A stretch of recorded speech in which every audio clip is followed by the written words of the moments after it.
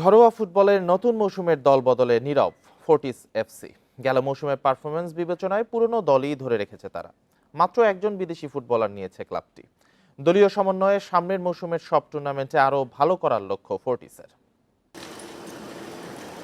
চলছে ঘরোয়া ফুটবলের দলবদল, ব্যস্ত সময় পার করছে ক্লাবগুলো। বসুন্ধরা, আবাহনীর মতো জায়ান্টরা দল গোছাচ্ছে নতুন করে। তবে ব্যতিক্রম ফর্টিস এফসি, দলবদলে পুরোপুরি নীরব তারা। গেল মৌসুমের দলই ধরে রাখছে ফর্টিস।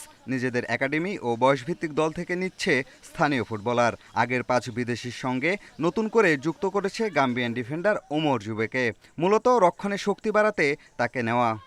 ফুল আগের টিমে আছে, জাস্ট এই জুনিয়র প্লেয়ার থেকে আমার যে একাডেমি এবং আমার বিসিএ যারা ছিল ওদের থেকে 6 জন প্লেয়ার নিচ্ছে। আর ফরের মধ্যে আমার ওমর, আমার যে ক্যাপ্টেন ছিল সে আছে, স্ট্রাইকার ওমর সাহ ছিল সে আছে, ভ্যালোরি আছে, ওদেরকেই রাখতেছি। ওটার সাথে নতুন একজন অ্যাড করতেছি আর কি ফরেন, সেও গাম্বিয়া থেকে আসতেছে, তার নাম হলো ওমর জুবে। গেল মৌসুমে স্বাধীনতা কাপ ও ফেডারেশন কাপে ভালো করতে পারেনি ফর্টিস। প্রত্যাশা পূরণ হয়েছে প্রিমিয়ার লিগে। দ্বিতীয়বার অংশ নিয়ে টেবিলের 5 থেকে শেষ করেছে। আগামী মৌসুমে দলীয় বোঝাপড়ায় আরও উন্নতি করার লক্ষ্য দলটির। পঞ্চম হইতে পারছে, এটা একটা ভালো দিক, খারাপ দিক না। নেক্সট ইনশাল্লাহ হচ্ছে ভালো কিছু করবো, আর অবশ্যই আশা করি অ্যাটলিস্ট একটা টুর্নামেন্ট অবশ্যই ফাইনাল খেলবো। স্বাধীনতা কাপ আর ফেডারেশন, এটা যেহেতু একটা টুর্নামেন্টটা আপনার জানেন সব টিমের একটা চান্স বা একটা সুযোগ থাকে, লিগের ব্যাপারটা অন্য। অবশ্যই এটা তো অবশ্যই একটা সবচেয়ে বড় কথা যে একটা টিমের ফাইনাল খেলার অবশ্যই ইচ্ছা আছে, আমরা ওভাবেই রেডি হচ্ছি।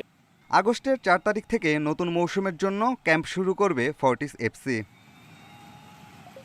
পিয়াস সাহা, ইন্ডিপেন্ডেন্ট নিউজ, ঢাকা।